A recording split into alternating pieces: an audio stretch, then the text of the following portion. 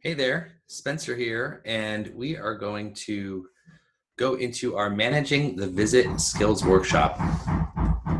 The goal for this session, which should be approximately 15 minutes, is to maximize our success by providing a solid foundation of fundamental skills that support a healthy practice, including having enough time to deliver high quality care, feeling control of your day, and working reasonable hours. So this is going to be about time management and the skills that help us get through the day feeling in control and effective.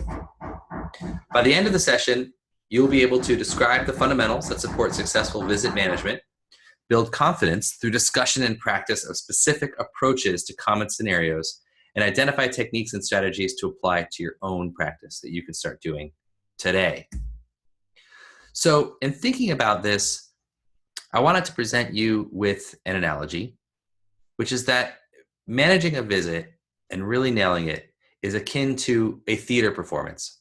There is a degree to which that we're on stage when we're seeing patients, and we have certain lines that we need to know, we have certain marks that we need to hit, and there's a timing we're trying to appreciate. And building those skills into your day and making them unconscious can actually help you tremendously through all of this. So we're going to see this theme coming throughout this presentation. If it's a stretch for you, bear with me, but I think it does have some value when we start to think about this issue. So here's an example of a visit that maybe wasn't exactly timed properly.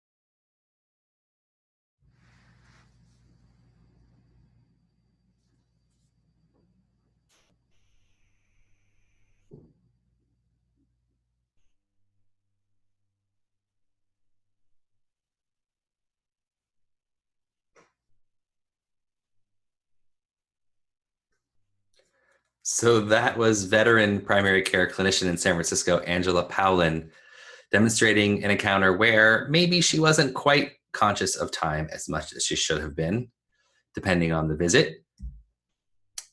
Here's an example of someone being maybe a little too focused on time.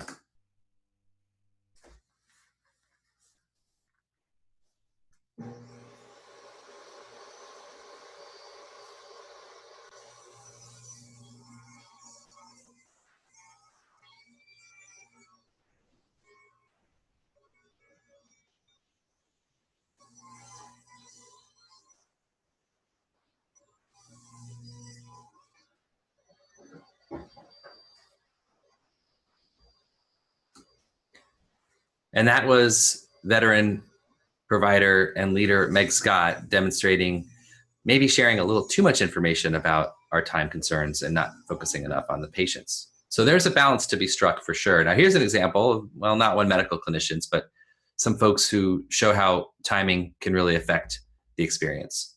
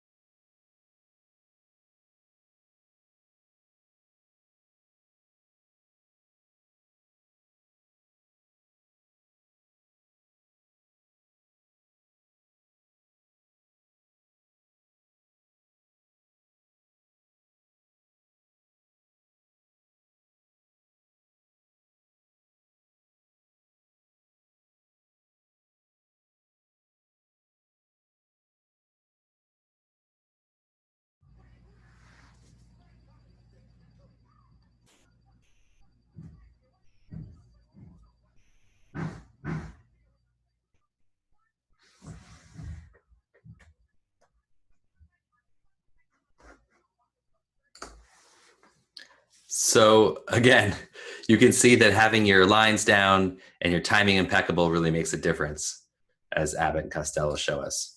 So we're going to talk for the rest of the session about three fundamentals that will help us really have control and the timing that we need throughout our day. They are hitting your marks, setting the agenda and expectations for the visit, and ending the visit. So we're going to go into these deeper, and I would say if you feel like your days are a little out of control or having trouble staying on time, that focusing on these is a great start to getting the control you're looking for.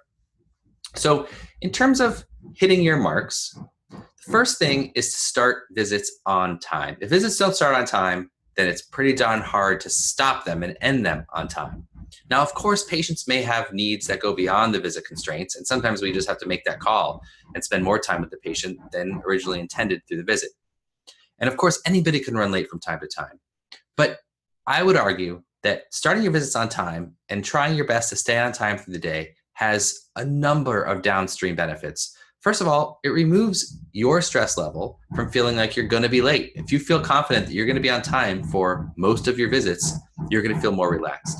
Second of all, it helps patients. They feel much more valued and respected when their visits are starting on time, as promised.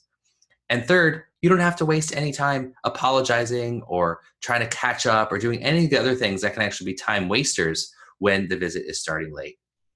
So I strongly encourage you to start on time.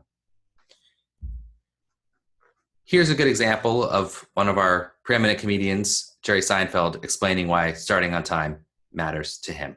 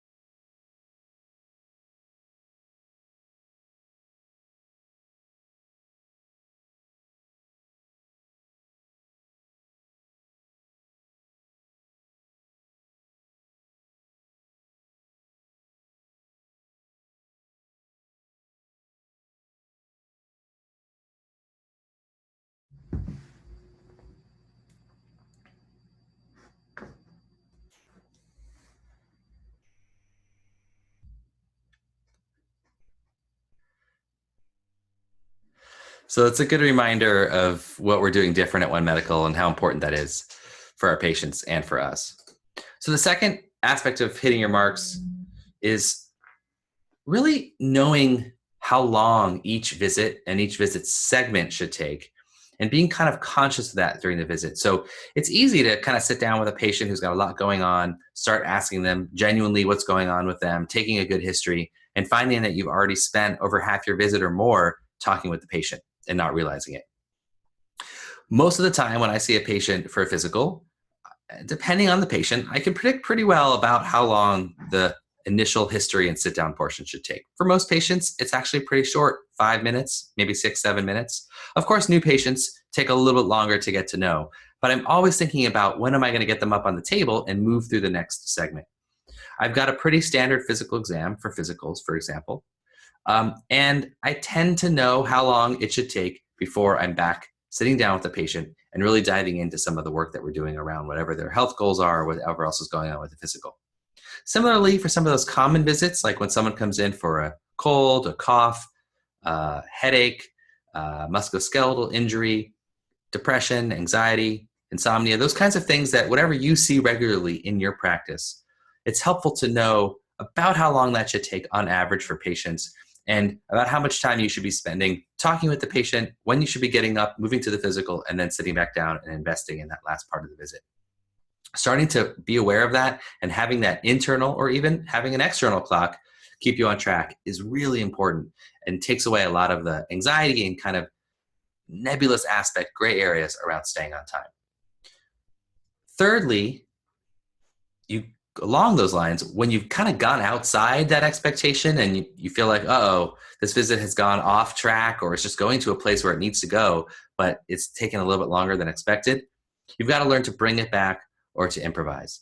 So, for example, if you start asking a patient about back pain, you're kind of taking your back pain history, you think you should be moving on to the exam, and all of a sudden they mention, well, they just had a child die or some other big trauma that really requires attention. You're going to have to improvise a bit there. But at the same time, you should be thinking about what sacrifices you might be making in other parts of the visit. So maybe you won't get to do as thorough of a back exam if you're not too worried about anything serious going on, if you think it really is due to the other things going on in life. Or maybe you won't take as much time educating the patient and you'll give them something to read instead after the visit and ask them just to check back with you if they have other questions. So being able to improvise a little bit and being aware where you are in the visit and if you've gone out makes a huge difference. The next skill is setting the agenda and expectations for the visit. And I cannot emphasize how critical this is. And for me in my practice, how much this has changed my ability to communicate with patients, have patients leave feeling truly cared for and listened to, and doing it in less time than before I built this skill. So I generally ask most patients as I start, how can I help? What's on your agenda today? What are you hoping to get done? That's a great way to start the visit because it shows them that you care, but also makes it clear that you're trying to focus on the purpose of the visit. Now, sometimes that may be not so clear. So I'll let patients speak for, sometimes a minute or two, which is a reasonable amount of time for someone to speak, sometimes longer depending on the situation. And then I'll ask them, okay, so if I'm hearing you correctly, your knee's been bothering you for a couple weeks and you're here today because you want to make sure that it's nothing serious, or you're about to go on a trip, and so you want to just make sure that you're going to be okay on that trip. But I try and frame what it is they're looking for and frame it back to them so they know that they know that I've heard them, and it also creates framing around the visit so there's a very clear agenda. And if I can't tell, sometimes I'll just say, okay, so what was it you were hoping that I could help with today? What was it you were hoping that we would accomplish at this visit? Again, I cannot say how valuable that question is.